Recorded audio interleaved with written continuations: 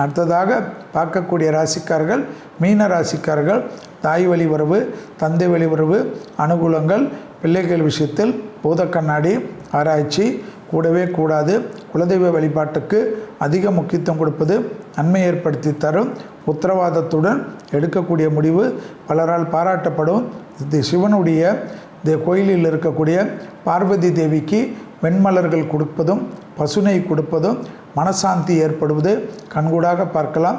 அண்டை அயலார் விஷயத்தில் வாக்குவாதம் வேண்டாம்.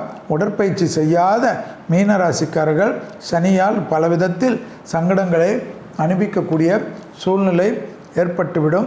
தோப்புக்கரணம் போடுவது, ஸ்ட்ரெச்சிங் செய்வது, முதுகு கை கால் சுளுக்கு போன்ற விஷயத்தில் அதீத கவனமாக இருப்பதும், நிறைய நீர் பருகுவதும், இந்த காலகட்டத்தில் முக்கியமான வாகனங்களில் தர்க்கங்கள் இல்லாமல் இருப்பதும், வேற்றுமொழி மனிதர்களால் அதிகம் ஆதாயம் பெறக்கூடிய ராசிக்காரர்கள் மீன ராசிக்காரர்கள். கடல் கடந்து தொழிலமைப்பில் இருப்பவர்களுக்கு திடீர் அதிர்ஷ்டமும் திடீர் ஏற்றமும் திடீர் பணவரவும் ஏற்படக்கூடிய காலகட்டம். யோகத்தையும் அனுகூலத்தையும் பெறக்கூடிய ராசிக்காரர்கள் மீன ராசிக்காரர்கள். உத்தரவாதத்துடன் எடுக்கக்கூடிய முடிவு பலரால் பாராட்டப்படக்கூடிய அமைப்பு நிச்சயமாக ஏற்படும்.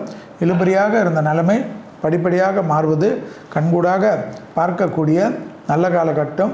தொழில் அபிவிருத்தி, வியாபார அபிவிருத்தி, படிப்பு அபிவிருத்தி, உத்தியோக அபிவிருத்தி என்று அபிவிருத்தி ஏற்றத்தையும் நம்பிக்கையும் ஏற்படும். சிறு சிறு தடைகள் காணப்படும். விநாயகரை கும்பிட கும்பிட அந்த தடைகள் நிவர்த்தி ஏற்படுவதும், விநாயகர் துர்க்கை உங்களுக்கு காலசர்ப்ப தோஷத்தில் இருக்கக்கூடிய பாதிப்புகளை நிவர்த்தி ஏற்படும். கோளர் பதிகத்தை சொல்ல சொல்ல 6ஆம் இடத்தில் இருக்கக்கூடிய கேதுவாலும் 12ஆம் இடத்தில் இருக்கக்கூடிய ராகுவாலும் ஏற்படக்கூடிய சங்கடங்கள் எல்லாம் நிவர்த்தி ஏற்படுவது ஆச்சரியத்தக்க முன்னேற்றம்.